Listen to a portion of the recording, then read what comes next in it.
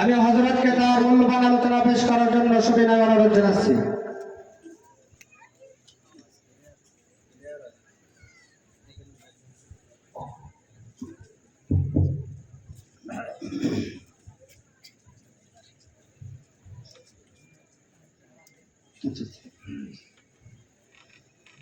আসসালামু আলাইকুম ওয়া রাহমাতুল্লাহি ওয়া বারাকাতুহু।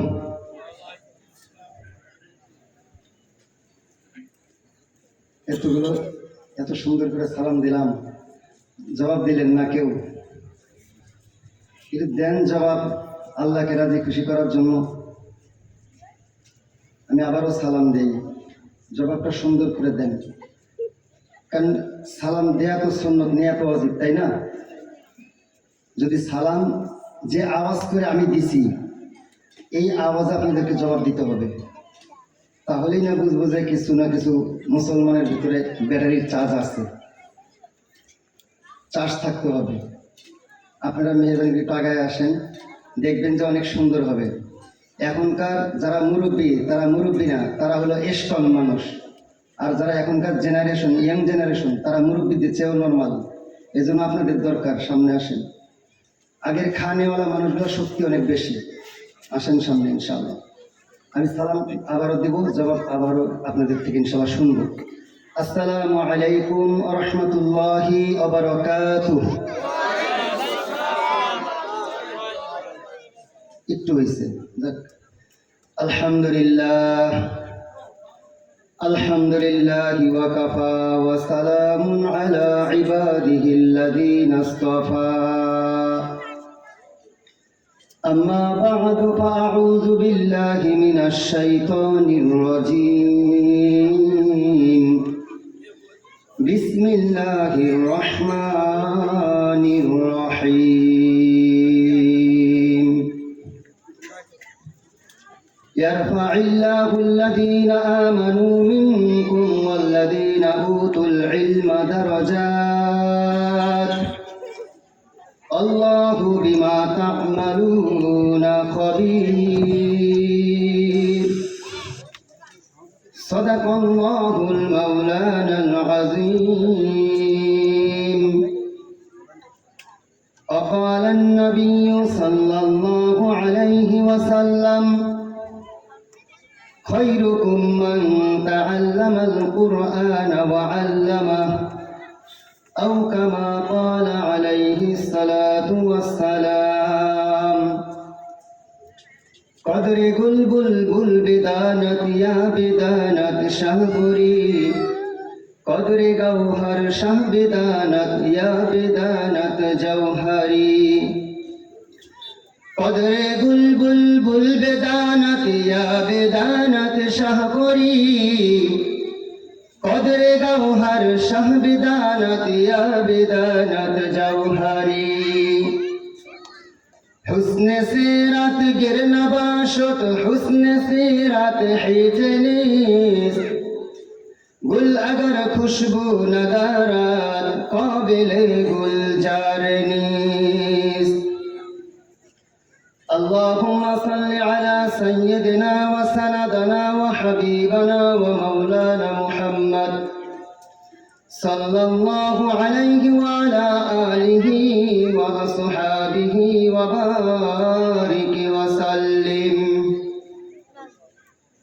الحمد لله. সোনাদানা বাজার দারুস সুন্নাহ মহিলা ও নুরানি মাদ্রাসার উদ্যোগে দ্বিতীয় ওয়াজ মাহফিলের সম্মানিত সভাপতি, প্রধান অতিথি, বিশেষ অতিথি, আমন্ত্রিত উলামায়ে কিরাম, আজকের এত সুন্দর জান্নাতের মঞ্চ যারা কায়েম করেছেন, অক্লান্ত পরিশ্রম করেছেন, কথা দিয়ে, অর্থ দিয়ে, ভালোবাসা দিয়ে, মেহনত দিয়ে এত সুন্দর যারা আয়োজন করেছেন, আমার শ্রদ্ধেয় সেই আয়োজক ইন্তেজার ভাইয়েরা,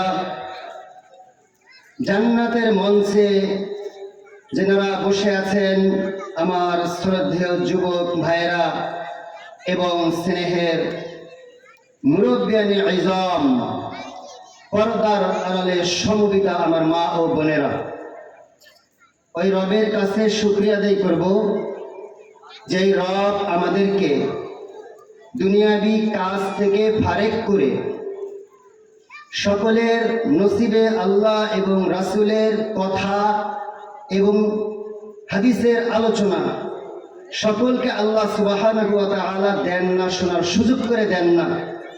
উলামায়ে কেরামের বরকতি চেহারার দিকে সকলকে সুনজর করে দেওয়ার সুযোগ দেন না। যাদেরকে দিয়েছেন আলহামদুলিল্লাহ।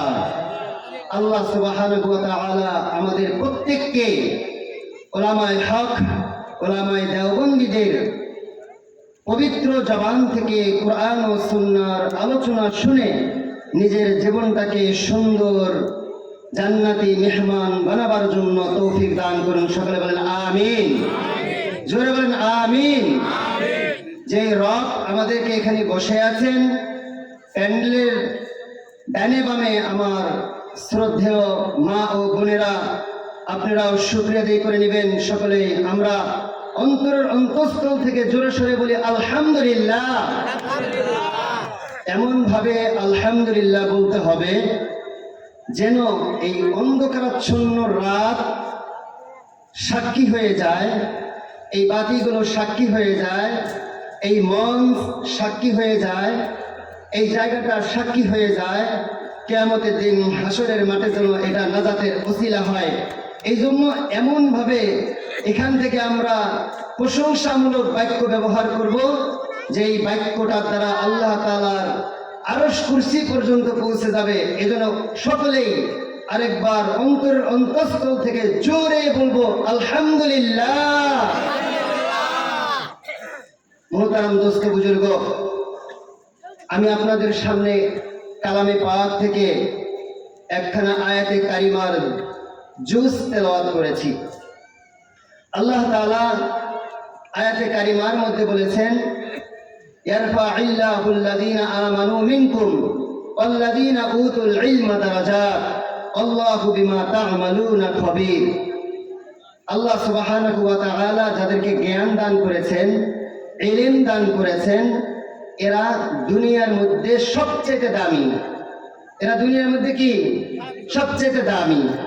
এই দামি মানুষগুলোর ব্যাপারে আল্লাহ সুবহানাহু ওয়া তাআলা বলতেছেন, যাদেরকে আমি আল্লাহ সুবহানাহু ওয়া তাআলা জ্ঞান দান করেছি তাদের ব্যাপারে, তাদের মর্যাদা সম্পর্কে আমি আল্লাহ সুবহানাহু ওয়া তাআলা অবগত আছি। তারা যাহা কিছু করে তাদের সকল বিষয়ের উপরে আমি আল্লাহ সুবহানাহু ওয়া তাআলা খবর রাখি, অবহিত আছি।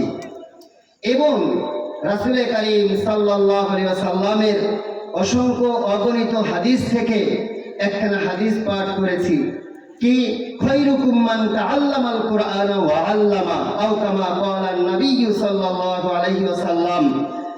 তোমাদের মধ্যে সর্বোত্তম ওই ব্যক্তি যিনি কোরআন মাজিদ শিক্ষা করে এবং শিক্ষা দেয়। দোস্ত বুজুর্গ, কোথায় কিন্তু আসে নাই খায়রুকুম মান তাআল্লামাল ইউনিভার্সিটি। যারা ইউনিভার্সিটি থেকে পাশ করে বের হয়ে আসবে তারাই সবচেয়ে সমাজের মধ্যে দামি, এটা কিন্তু বলেন নাই। বলছেন কি? বলছেন খায়রুকুম মান তাআল্লামাল কুরআন ওয়া আল্লামা। তোমাদের মধ্যে সর্বোত্তম ওই ব্যক্তি দামি যে আমার কালামুল্লাহ শরীফ শিখে এবং আমার কালামুল্লাহ শরীফ শিখানোর পরে অন্যকে সুন্দরভাবে শিক্ষা দেয়। বক্তব্যগুলোর মধ্যে সুন্দরভাবে সকালবেলা গেলে সূরাতুল ফাতিহারা খুব সুন্দর করে শিক্ষা দেয় এবং হাদিসগুলো খুব সুন্দরভাবে শিক্ষা দেয়, মাসআলাগুলো খুব সুন্দরভাবে শিক্ষা দেয়, ওযু এবং গোসলের ফরজগুলো খুব সুন্দরভাবে শিক্ষা দেয়। কিন্তু দোস্ত বুজুর্গ, আমার বয়স 40 হয়ে গেছেন, আমার বয়স 60 হয়ে গেছেন, আমার বয়স 70 হয়ে গেছেন, 80-90 হয়ে গেছেন, কিন্তু আমি কিন্তু এখনো বিসমিল্লাহির রহমানির রহিম সুন্দর করে বলতে পারি না। ঠিক না বা ঠিক? আমাদের মধ্যে কেমন আছেন? যদি বলা হয় আপনি তো কোরআন শরীফ শুদ্ধ করে পড়তে পারেন না, চাচা এখানে বয়স্কদের কোরআন শিক্ষার ব্যবস্থা করা হয়েছে মসজিদের পক্ষ থেকে, আপনারা এসে এখানে কোরআন শিখবেন। বলে কি, বাবা এই বয়স কি এখনো আছে? এখন বুড়া হয়ে গেছি, লজ্জা লাগে। এরে দোস্ত বুজুর্গ, আমি আপনাদের কাছে হাত জোর করে বলবো, আল্লাহ তাআলার কালাম শিখতে গেলে, ইলমে নববী, ইলমে ওহী শিখতে গেলে লজ্জার কোনো বিষয় নাই। মায়ের পেট থেকে জমিনের মধ্যে আসার পর থেকে নিয়ে মৃত্যুর আগ পর্যন্ত আল্লাহ তাআলার দ্বীন শেখার সুযোগ করে দিয়েছেন আল্লাহ তাআলা। এবং যারা এই শিক্ষায় শিক্ষিত হবে তাদেরকে হাদিসের ভাষায় তলবে ইলম বলেন। আর এমন তলবে ইলম সাইজা যদি দুনিয়া থেকে মৃত্যুবরণ করা যায় আর কালিমার তালকিন নিয়ে জীবনে বাস্তবায়ন করা যায়, লা ইলাহা ইল্লাল্লাহু মুহাম্মাদুর রাসূলুল্লাহ দাখালাল জান্নাহ, হাসতে হাসতে জান্নাতে চলে যাবে। সুবহানাল্লাহ, আরো জোরে বলেন সুবহানাল্লাহ। কেন? একটা ওয়াকিয়া বলবো, একটা ঘটনা বলবো। একজন ব্যক্তি 110 বছর বয়সে উপনীত হয়েছেন, কিন্তু পুরাটা জীবন উল্টো চালাইছেন। কোনোদিন 5 ওয়াক্ত নামাজ পড়েন নাই, কোরআন হাদিসের আলোচনাও শোনেন নাই। একগুয়ামি ব্যক্তি ছিল, যাদেরকে বলা হয় সমাজের মধ্যে গাউরা ব্যক্তি। পায়ে তোমার নামাজ তুমি পড়ো, তোমার ইবাদত তুমি করো। রমজান মাস আসলে বলতো কি, যাদের ক্ষুধার ধারণা নাই, যারা নাকি গরিব তারাই রোজা রাখবে, আর আল্লাহ তো আমাকে সম্পদ দান করছেন, আমি কেন রোজা রাখবো, যাও এখান থেকে সরে যাও, এরকম ধিক্কার করতেন। এই ব্যক্তিটা 110 বছর বয়সে গিয়ে যখন উপনীত হয়ে গেছেন, হঠাৎ তার মাথার মধ্যে আসছেন, পুরা জিন্দিগি তো উল্টো চালাইলাম। আমার বাসার পাশে মক্তবের মধ্যে শিক্ষা দেয়, আলিফ বা তা সা জিম হা খ শিক্ষা দেয়। 29টা অক্ষর শুনতে শুনতে একটা পর্যায়ে গিয়ে দিলের ভিতর আছর করছেন, হায় হায় আমার জীবন তো শেষ, আমি কবরে গিয়ে কি জবাব দিব। হুজুর দেখি প্রত্যেক দিনই পড়ায়, মান রব্বুকা ওমান নাবিয়ুকা ওমান দীনুকা, এই যে সুন্দর সুন্দর বাক্যগুলো পড়ায়, এই পড়ানোর দ্বারাই তার দিলের ভিতরে একটা প্রভাব পড়েছেন, আছর পড়েছেন। এই আছরের কারণে সে বলতেছিল, সকালবেলা হুজুরের কাছে গিয়ে বলতেছে, হুজুর আমার বয়স তো 110 আপ হয়ে গেছে, আমি তো কোরআন পড়তে পারি না, আমাকে কি ব্যবস্থা করা যায়, আমি কোরআন শিখতে চাই। হুজুর বললেন, সকালবেলা আপনি আমার সাথে মক্তবে আসবেন, আমি আপনার এই বয়সেও আমি আপনাকে কোরআন শেখাবার জন্য চেষ্টা করব। একটা পর্যায়ে গিয়ে যখন মক্তবের মধ্যে তলবে ইলম হিসাবে ভর্তি হয়েছেন, খাতার মধ্যে নাম আছে অমুক ব্যক্তি, 110 বছর আপ মাদ্রাসায় ভর্তি হয়েছেন, সকলেই খুশি হয়েছেন। খুশি হওয়ার পরে সে প্রথম 4টা অক্ষর শিখেছেন, আলিফ বা তা সা, আলিফ বা তা সা। এটা বারবার সে জব্দ করতেছিল, বারবার এমন ভাবে তালকিন করতেছিল, দিলের ভেতরে এটার আজমত আর মোহাব্বত বসে গেছেন। হঠাৎ করে একদিন এই সময় শিখতে শিখতে শিখতে শিখতে একটা পর্যায়ে শীতের এমন মৌসুম, কনকনে শীত, ওই বুড়ো বেটা আমাদের দেশের ভেতরে পাট চাষ করে, পাট রাশি রাশি পাট, যেগুলো এই পাট চাষ হয়, পাট যখন শুকানোর পরে সুন্দর করে ঘরের ভিতরে সাজায় রাখছেন, ওই বুড়ো মেয়েকে সেই পাটের উপরে সুন্দরভাবে থাকার জন্য ব্যবস্থা করে দিছেন। কেন? এই জন্যই দিছেন, পাট গরম থাকে রাত্রের বেলা, দিনের বেলাও গরম থাকে, বুড়ো মানুষ এই জন্য উপরে সুন্দর করে ছাউনি করে বিছানা করে দিচ্ছেন। এই 4টা অক্ষর শিখার পরে 4র্থ দিন যখন ওই রাত্রে ওখানে ঘুমাইছেন, 5ম দিন সকালবেলা ওনার স্ত্রী ডাক দিতে গেছেন, ওগো আপনি সাহেব ওঠেন না, মক্তবে যাবেন না, কোনো সারা শব্দ কিছু নাই। এরপরে ওই বুড়িমা সিঁড়ি দিয়ে উঠে তার স্বামীকে ধাক্কা দিছেন, যা দেখে তার স্বামী সোজা হয়ে শুয়ে আছে। তার মানে সেই পরকালে ডাকে সাড়া দিয়ে দিছেন, দুনিয়ার মধ্যে আর জীবিত নাই। একটা পর্যায়ে গিয়ে তাকে ওখান থেকে কোলে করে নিচে নামাইছেন, নামানোর পরে সুন্দরভাবে গোসল টোসল করাইছেন, খাটলির মধ্যে শোয়া কবরের মধ্যে দাফন করছেন। দাফন করার পরে যখন তাকে প্রশ্ন করা হয়েছে, মান রব্বুকা, তোমার রব কে? তখন সে জবাব দেয়, আলিফ বা তা সা, ওমান নাবিয়ুকা, তোমার নবী কে? তখন সে বলে, আলিফ বা তা সা, ওমান দীনুকা, তোমার দিন কি? তখন সে বলে, আলিফ বা তা সা। ওই ফেরেশতা আল্লাহর দরবারে গিয়ে আরজু করছেন, হে আল্লাহ, তোমার কোন নাসর বান্দা দুনিয়া থেকে কবরের জিন্দেগির মধ্যে আসছে? আমি প্রশ্ন করি, একটা সে জবাব দেয়, আরেকটা। আল্লাহ সুবহানাহু ওয়া তাআলা বলেন, আমার এই বান্দাকে জান্নাতের পোশাক পরায়া জান্নাতের মধ্যে নিয়ে দাও। সুবহানাল্লাহ। এরে দোস্ত বুজুর্গ, কোরআন শিখতে গেলে তলবে ইলম যদি খাঁটি দিলে হওয়া যায়, বেশি আলেম হওয়ার জরুরি না। ইলম শিখতে হবে পরিপূর্ণভাবে, এটাও জরুরি না। মসজিদের কোণে বসে সারাদিন তাসবিহ তাহলিল পড়তে হবে, এটাও জরুরি না। জরুরি হইল আমি যেই ইলম হাসিল করব, যেই ইলমটা শিখব, ওই ইলমের উপরে পরিপূর্ণ আমল করার জন্য চেষ্টা করব। হাদিসের মধ্যে আসছে, আখলিস দীনাকা ইয়াকফিকাল আমালুল কলিল, তোমার আমলকে খাঁটি করো, অল্প আমলে নাজাতের জন্য যথেষ্ট হবে। সবাই বলুন সুবহানাল্লাহ। এই জন্য আমল যদি অল্প হয়, পারফেক্ট আলেম একজন আলেম যদি যোগ্য হয়, তার থেকে যদি যোগ্য মানুষের থেকে যদি অল্প ইলম হাসিল করে আর ওই অল্প ইলম অনুসারে আমল করা হয়, হতে পারে সেটা নাজাতের ওসিলা আমার জন্য। এজন্য আমাদের দুইটা জিনিস শিখতে হবে, ইলমে নববী, ইলমে ওহী। আমরা যদি ইলমে ওহীর ইলম না শিখি, কবি বলেছেন, দেখ লো আয়ে কিস্তি বানো, किश्ती आपने देख लो, गहराए दरिया में अंदर किश्ती ना डूब जाने दो। এরে দোস্ত বুজুর্গ, আটলান্টিক মহাসাগরের মধ্যে বড় বড় জাহাজগুলো চলে। ওই জাহাজগুলোর একটা নির্দিষ্ট সীমারেখা আছে। ওই জাহাজগুলোর মধ্যে একজন মাঝি আছে, যেই মাঝির কাজ হইল বাংলাদেশ থেকে সে জাহাজ থেকে ছাড়বে, সে লন্ডনে গিয়ে নদীপথে গিয়ে লন্ডনে গিয়ে পৌঁছবে। তার এটা টার্গেট ঠিক করা আছে। একটা মুসলমান যখন তার জীবনকে পরিচালনা করবে, আমি তো অন্যান্য ধর্মাবলম্বী নাই না, আমার জন্য আল্লাহ রাব্বুল আলামিনের দরবারে জবাব দিতে হবে। আমার কবরের মধ্যে 3.5 হাত কবরের মধ্যে যখন আমাকে কবরস্থ করা হবে, তখন সেই কবরের হিসাব আমাকে দিতে হবে। অন্যান্য ধর্মাবলম্বী যারা আছে তারা বলে, আমাদেরকে পুরলে আর আল্লাহ খুঁজা পাবে না, নাউজুবিল্লাহ। আমাদেরকে বক্সের মধ্যে কবর দিলে আমাদেরকে আর আল্লাহ ধরতে পারবে না, নাউজুবিল্লাহ। যারা অন্যান্য যত ধর্মাবলম্বী আছে, সমস্ত ধর্মাবলম্বীর মত বিনিময় ভিন্ন। কিন্তু দোস্ত বুজুর্গ, আল্লাহ সুবহানাহু ওয়া তাআলা আমাকে মুসলমানের ঘরে পাঠাইছেন, হিন্দুর ঘরে পাঠান নাই, খ্রিস্টানের ঘরে পাঠান নাই, বৌদ্ধের ঘরে পাঠান নাই। আমি মুসলমান হয়ে যখন দুনিয়ার মধ্যে এসেছি, মুসলমান হয়ে যেহেতু আমি লালিত পালিত হয়েছি, আমার জীবনের লক্ষ্য উদ্দেশ্য আছে। দুনিয়ার জিন্দেগি আমার জন্য ক্ষণস্থায়ী, আখিরাতের জিন্দেগি আমার জন্য স্থায়ী।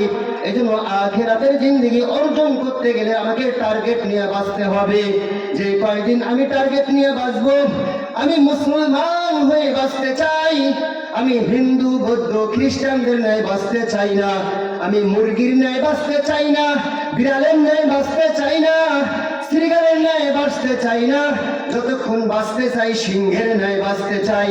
মুসলিম জাতি একটা হুঙ্কার দিবে, সমস্ত বাতিল গুলো লেজ গুটিয়ে পালাইতে থাকবে। আরে দোস্ত, আমার কি হইল? এমন ঈমান নিয়ে কেন বাঁচতেছি সমাজের মধ্যে? শত শত মুসলিম জাতিকে অল্প কিছু ঈদ সম্প্রদায়, অল্প কিছু খ্রিস্টান সম্প্রদায়, অল্প কিছু হিন্দু সম্প্রদায় মুসলিম জাতিকে সদা সর্বদা চাপাইতে চাপাইতে দেয়ালের মধ্যে পিঠ ঠেকাইয়া দিতেছে। এখনো মুসলমানের জ্ঞান ফিরে আসে না। ঠিক না ঠিক? জোরে বলেন, ঠিক না ঠিক? আজকে সমাজের মধ্যে কোরআনের অবমাননামূলক বাক্য ব্যবহার করা হয়, হাদিসের অবমাননামূলক বাক্য ব্যবহার করা হয়, একজন আলেমকে তাচ্ছিল্যমূলক বাক্য ব্যবহার করা হয়, কোরআনের হাফেজদেরকে তাচ্ছিল্যমূলক বাক্য ব্যবহার করা হয়। ইন্ডিয়া থেকে বাংলাদেশে একজন নায়িকা ঢুকলে, একজন নায়ক ঢুকলে, আপনার সেই এয়ারপোর্ট থেকে যেই জায়গা পর্যন্ত ইন্দিরা গান্ধী যাদের অফিস, যেখানে যাদের ইন্ডিয়ার যেই অফিস, যেখানে বাংলাদেশের মধ্যে দূতাবাস, সেই দূতাবাস পর্যন্ত স্লোগান দিতে দিতে আসে। আর একজন কোরআনের হাফেজ 120টি দেশ, 110টি দেশ, 130টি দেশকে হারিয়ে আমাদের দেশের ভেতরে আসে। সরকারের পক্ষ থেকে কোনো স্লোগান থাকে না, সরকারের পক্ষ থেকে কোনো নিরাপত্তার ব্যবস্থা থাকে না। আজকে আলেম সমাজদেরকে যারা তাচ্ছিল্য করতেছেন, আমি মনে করব তারাই সমাজের মধ্যে তাচ্ছিল্য, ঠিক না ঠিক? জোরে কথা বলেন, ঠিক না ঠিক? আজকে মুসলমান জাতিকে যারা অপদস্থ করতে চাও, একটাই কথা তোমরা মনে রাখো, এলেম ওয়ালা মানুষগুলো কোনোদিন বাবা আদম আলাইহিস সালাতু ওয়াস সালাম থেকে নিয়ে আজ পর্যন্ত কোনোদিন পিছুপা হয় নাই, আর কোনোদিন পিছুপা হবে না। যাদের রক্তের ভেতরে আবু বকর সিদ্দিক রাদিয়াল্লাহু তাআলা আনহুর রক্ত আছেন, যাদের রক্তের ভেতরে ওমরে ফারুক রাদিয়াল্লাহু তাআলা আনহুর রক্ত আছেন, যাদের শরীরের ভেতরে আলী রাদিয়াল্লাহু তাআলা আনহুর রক্ত আছেন, যাদের শরীরের ভেতরে উসমান গনি রাদিয়াল্লাহু তাআলা আনহুর রক্ত আছেন, তারা কখনো সমাজের ভেতরে মাথা নত করে না, ঠিক না ঠিক? আজকে সমাজ দূষিত হয়ে গেছেন, সঠিকভাবে কোরআনের কথা বলা যায় না, সঠিকভাবে হাদিসের কথা বলা যায় না। আজ এক শ্রেণীর মুসলিম জাতির গায়ের ভেতরে চুলকায়। একটা মাদ্রাসা যখন উঠাইতে যাবেন, এলাকার মেম্বার, চেয়ারম্যান, এলাকার নেতা, খেতা, পাতি নেতা, সকল নেতাদেরকে ডাকতে হয়। একটা গির্জা তুলতে গেলে সকলকে ডাকতে হয় না, একটা মন্দির করতে গেলে সকলকে ডাকতে হয় না, একটা মাদ্রাসা দাঁড় করাইতে গেলে থানা পারমিশন নিতে হয়। একজন মসজিদের খতিব যখন মসজিদের মেম্বারের মধ্যে কথা বলবে, তখন উঁচু গলায় কথা বলতে পারে না, তাকে সিগন্যাল দেওয়া হয় এই বিষয়ে আলোচনা করেন না। একটা মাইক মসজিদের মধ্যে, মাইক যখন কোন একটা প্রোগ্রামের মধ্যে ব্যবহার করা হয়, এই সমস্ত ধর্মীয় প্রোগ্রামগুলোর মধ্যে যখন মাইক ব্যবহার করা হয়, তখন একটু কড়া কথা বললেই সাথে সাথে যারা আয়োজক থাকে তাদের কাছে মাইকে নিয়ে আসে, ফোন আসে যে এই আলোচনাগুলো কে করতেছেন। এর দোস্ত বুজুর্গ, যখন ডানে বামে হিন্দুয়ানি কোনো কালচার হয়, ডানে বামে যখন যাত্রার কোনো পাড়া হয়, ডানে বামে যখন কোনো গান বাজনা চলে, মসজিদের ইমাম তো আপনাকে বাধা দিতে চায় না, আপনার স্বাধীনতা ক্ষুণ্ণ করতে চায় না। কেন আপনি এক ইসলামের উপরে আপনি আঘাত হানতে চান?